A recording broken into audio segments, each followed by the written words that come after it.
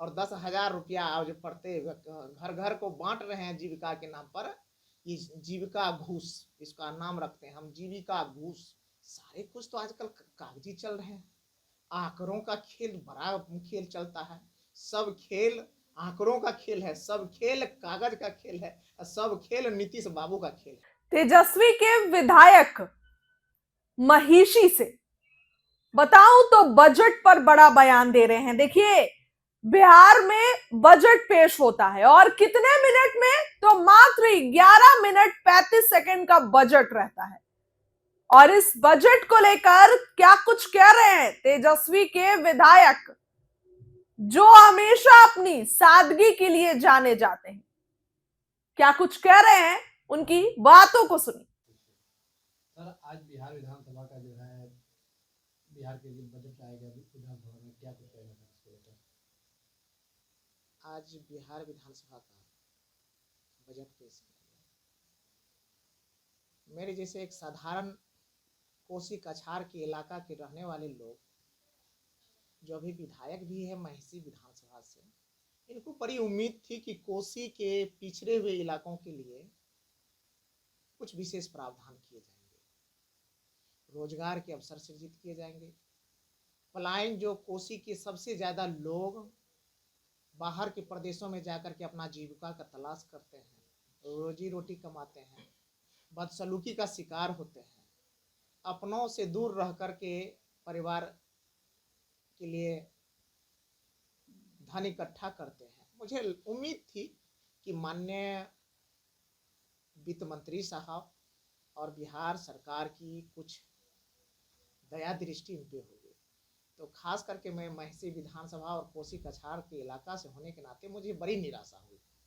और जहाँ तक पूरे बजट के संदर्भ में देखूं तो वही गोल मटोल बातें करके इसको रख दिया गया। और इतने कम समय में 10-12 मिनट में क्या क्या बजट के क्या प्रावधान हुए, कहाँ उद्योग लगा रहे हैं, कहाँ रोजगार सृजन कर रहे हैं, कहाँ क्या कर रहे हैं, कहाँ आधारभूत ढांचा तैयार करने रहे। भैया, इतना इतना जल्दबाजी में बजट को आपने क्या किया? मुझे तो लगा कि मेरे जैसे आदमी को, नए नवेले आदमी को हो सकता है समझ में न आया हो। पुराने आदमी बताएंगे कि क्या क्या समझ में उनको बजट आया। भैया, 12 मिनट के बजट में क्या क्या क्या क्या समझ में आया बजट। तो स्पष्ट रूप से मैं कहता हूँ कि ये सरकार निश्चित रूप से, जैसे केंद्र की बजट आई परसों, तो उसमें बिहार को हताशा मिला, निराशा मिला। सारे जो लोगों की कयास थे वो चीज धूमिल हो गया। सबको लग रहा था कि गठजोड़ की सरकार है, प्रचंड साजिश वाली सरकार को निश्चित रूप से उसको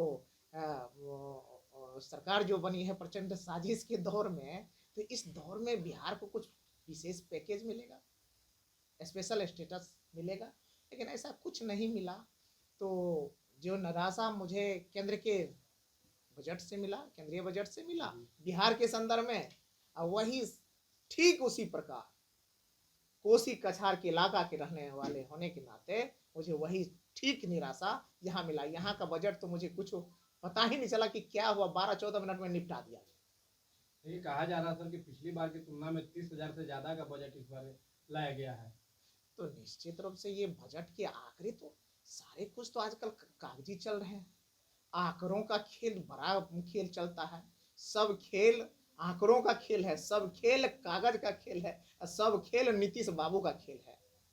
कागज पे रामराज, कागज पर रोजगार, कागज पर उद्योग धंधे, कागज पे पलायन का रुकना, कागज पे ही सारा कुछ कागज पे हो रहा है। इसलिए ये आंकड़े हैं जहां एक तरफ सुशासन का राज चलता है, एक तरफ ये रोजगार के राज चलते हैं। और नहीं विश्वास हो पत्रकार महोदय, तो जस्ट बगल में हम लोगों का पटना में जंक्शन है, अभी चलिए हम लोग चलते हैं। जो यहाँ से गाड़ी खुलती होगी दिल्ली के लिए, पंजाब के लिए, हरियाणा के लिए, राजस्थान के लिए और साउथ इंडिया के लिए, पूर्वोत्तर भारत के लिए, अगर किसी में आपको जनरल बोगी में सीट मिल जाए, खचाखच मारामारी, अपने जान की सुधि न लेते हुए भी लोग पलायन करके भाग रहे हैं। कहाँ? रोजगार की तलाश में। और आप कहते हैं यहाँ 30,000 का सरप्लस बजट आप दे रहे हैं। क्या बात है। तो आंकड़े आपके कुछ और बता रहे हैं और सच्चाई आपकी कुछ और है। क्या इस बजट से बिहार वासियों को कुछ भला हो पाएगा, आगे बढ़ पाएगा बिहार? क्या भला होगा सर। आज भी जो सरकार है, माननीय नीतीश कुमार जी की सरकार है, ये 21 साल में प्रवेश कर चुकी है। 21 साल की सरकार को भी अपनी उपलब्धि गिनाने से ज्यादा विपक्ष पर हमला बोल करके माननीय नेता गरीबों की मसीहा लालू प्रसाद यादव जी का नाम का सहारा लेकर के राजनीति करना पड़ता है। तेजस्वी यादव जी को गाली दे करके राजनीति करनी पड़ जाती है। राबड़ी जी को गाली दे करके राजनीति करनी पड़ती है। राजद को दोषी ठहरा करके राजनीति करनी पड़ जाती है। तो क्या फर्क पड़ रहा है, इसी बात से स्पष्ट हो रहा है। और अभी के जो चुनाव हुए, अगर आपके आंकड़े सही है, अगर आपके आंकड़े जमीन पर उतर रहे हैं, अगर आपके आंकड़े में सच्चाई है, तो पलायन रुक गया होता, कल कारखाने लग गए होते, चकाचंद हो गया होता, गरीब गुरबों की प्रति व्यक्ति आय बढ़ गई होती। कागजी नहीं सर, देखने को मिलता, लेकिन ऐसा तो कुछ हुआ नहीं। अगर ऐसा नहीं हुआ है, इसलिए आपको 10,000 जैसे चीजों का सहारा लेना पड़ता है। और 10,000 रुपया आज पड़ते घर घर को बांट रहे हैं जीविका के नाम पर। ये जीविका घूस, इसका नाम रखते हैं हम, जीविका घूस। अगर रोजगार के अवसर पैदा करना है, माँ बहनों को आपको सक्षम बनाना है, तो 10,000 से उद्योग धंधे स्थापित होते हैं क्या? निश्चित रूप से ये 10,000 क्या है, घूस है। कि सरकार बन जाएगी तो फिर आपको लोभ देंगे कि हम आपको 2 लाख रुपया देंगे, तो 2 लाख आप दीजिए। अगर आपको ये घूस नहीं होता तो उस समय ही आप बहनों के खाता में इकाए कि 1 लाख या 2 लाख दे देते और सब आदमियों को देते। जो जीविका से जुड़े हुए हैं, जिसको आप मोटिवेट करके अपने सरकार बनाने में और बनाने में योगदान लेते हैं, सिर्फ उसको पैसा देते हैं। अन्य महिलाओं को कौन देगा? उनको सक्षम बनाना आपकी जिम्मेवारी नहीं है क्या? सर, अपने तरफ से बजट में क्या आप जोड़ना चाहते थे जो नहीं जुड़ पाया? हम तो यही चाहते थे, और मैंने स्पष्ट किया पहले ही, कोसी कछार के इलाका में आता हूँ, वहां से आता हूँ। कोसी सीमांचल सबसे पिछड़ा हुआ इलाका है। अगर आप जाएंगे पत्रकार महोदय, अभी भी अगर 1947 से पहले के दृश्य आप लोगों को देखना हो कि 1947 से पहले लोग कैसे गांव में रहते थे, कैसे बैलगाड़ी से जाते थे, कैसे पगडंडी से जाते थे, कैसे अंधेरे में रहते थे, कैसे दवा के एक छोटे छोटे टिकिया पेट दर्द में भी लोगों की डेथ हो जाती थी, कैसे प्रसव पीड़ा से कराहती हुई बहन की जान चली जाती थी, कैसे बच्चों आज भी बिना छत और स्कूल के विद्यालय में पैर के नीचे पढ़ रहे हैं। आज भी लगता होगा कि कोई क्या रास्ता नहीं हो, खेत से खलिहान से नीचे से निकल के जाना होता है। अगर आज भी देखना हो तो कोसी कछार का इलाका देखिए, सीमांचल में बड़ी पलायन होते हैं, उनको देखिए। तो इन चीजों पे मैं ज्यादा स्पेशल अटेंशन चाह रहा था। सर, तेजस्वी यादव सदन में नहीं आते हैं तो तब तक हमेशा सवाल उठता है। आज भी नेता प्रतिपक्ष सदन में नहीं आए थे, जिसको लेकर सत्ता पक्ष का कहना है कि फिर उनका वही पुराना रवैया शुरू। नहीं नहीं, आपने देखा नहीं, माननीय नेता प्रतिपक्ष तेजस्वी जी आज भी सदन आए हैं, लेकिन जो सदन की कार्यवाही होती है वो अपने अनुसार होती है। पहले क्या कहते हैं, सदस्यों का शपथ था जो नहीं थे, बाद में अन्य चीज़ों की चर्चा थी, लेकिन हमारे नेता माननीय नेता तेजस्वी जी आज सदन आए हैं। और आप देखिए कि पिछले 5 तारीख को अब उनका राज्यपाल के अभिभाषण पर उनका जवाब होगा, आप उसको भी देखेंगे। सर, पहली बार आप सदन में आए, क्या कुछ अनुभव हुआ इस बजट में आपको? निश्चित रूप से पहली बार आया हूँ, लेकिन चुनाव तो तीसरी बार लड़ा हूँ। पहले दफा हारा, दूसरे बार हरा दिया गया साजिशन, और इस बार साजिश की प्रचंड दौर में भी लोगों के आशीर्वाद ने मुझे जिता दिया।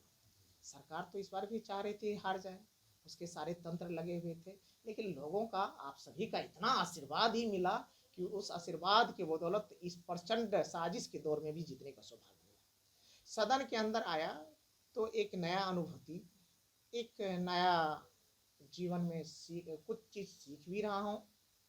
ऐसी बात नहीं है कि मैं सब कुछ जानता हूँ, आया हूँ, बहुत कुछ सीखने का मौका मिल रहा। बड़े अच्छे अच्छे बुजुर्ग सीनियर लीडर भी हैं, उनसे भी सीखता हूँ। संसदीय जो गरिमा है, परंपरा है, उनको भी सीखता हूँ। अच्छा भी लग रहा है। और कुछ चीज़ों पे देखता हूँ जबरदस्ती के वही गोल मटोल लोग का नजरिया जो होता है पार्टी लाइन से बंधा हुआ, जी ये मुझे लगता है कि कम से कम लोकतंत्र के मंदिर में थोड़ा नजरिया खुला हुआ होना चाहिए।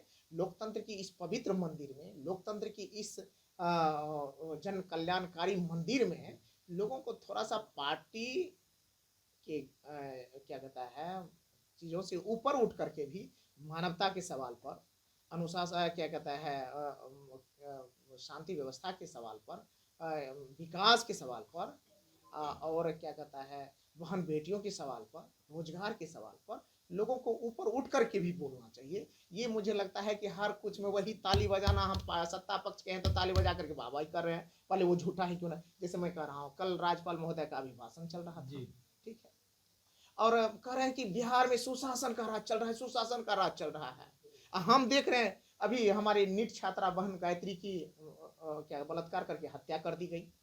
खगड़िया में मासूम बच्ची के बलात्कार करके हत्या कर दिया गया। मधेपुरा में बहन हिना प्रवीण का बलात्कार करके हत्या कर दिया गया। अभी सूरज बिहारी जी का पूर्णिया में हत्या कर दिया गया। अभी रोज हत्या, रोज बलात्कार, रोज भ्रष्टाचार का आलम चल रहा है, और तब भी हम गुणगान कर रहे हैं सुशासन चल रहा है, सुशासन, और उनके जो क्या कहते हैं अंधभक्त है वो ताली बजा रहे हैं। हाँ, वाह वाह वाह वाह वाह वाह वाह वाह। तो ये मैं नहीं चाहता हूँ। मुझे लगता है कि इनसे थोड़ा सा लोगों को ये होना चाहिए कि अच्छे को अच्छा, बुरे को बुरा कहने की साहस होनी चाहिए।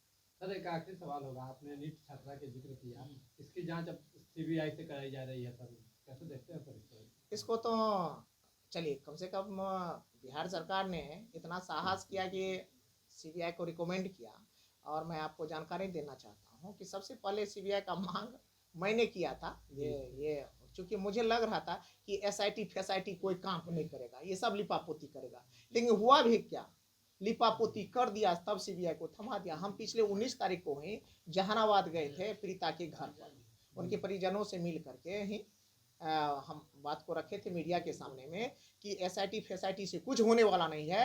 अगर सरकार निष्पक्ष न्याय चाहती है तो जो उसका बिहार पुलिस सही से न्याय नहीं दे पाएगी, इसलिए सीबीआई को कम से कम रिकमेंड करे। तो खैर उसको रिकमेंड किया, तो चलो इतना तो साहस किए बिहार पुलिस, बिहार सरकार। और मैं फिर स्पष्ट करना चाहता हूँ, बिहार सरकार यह बात भी जानती है कि उनकी पुलिस न सक्षम है न निष्पक्ष है, और हर बात को गोल मटोल तरीके से लिपापोती कर देते, क्योंकि बड़े बड़े लोग फंसे रहते हैं। यही कहना चाहता हूँ, और क्या कहूँगा, बिहार में सुशासन है, रात दिन मर्डर हो रहा है।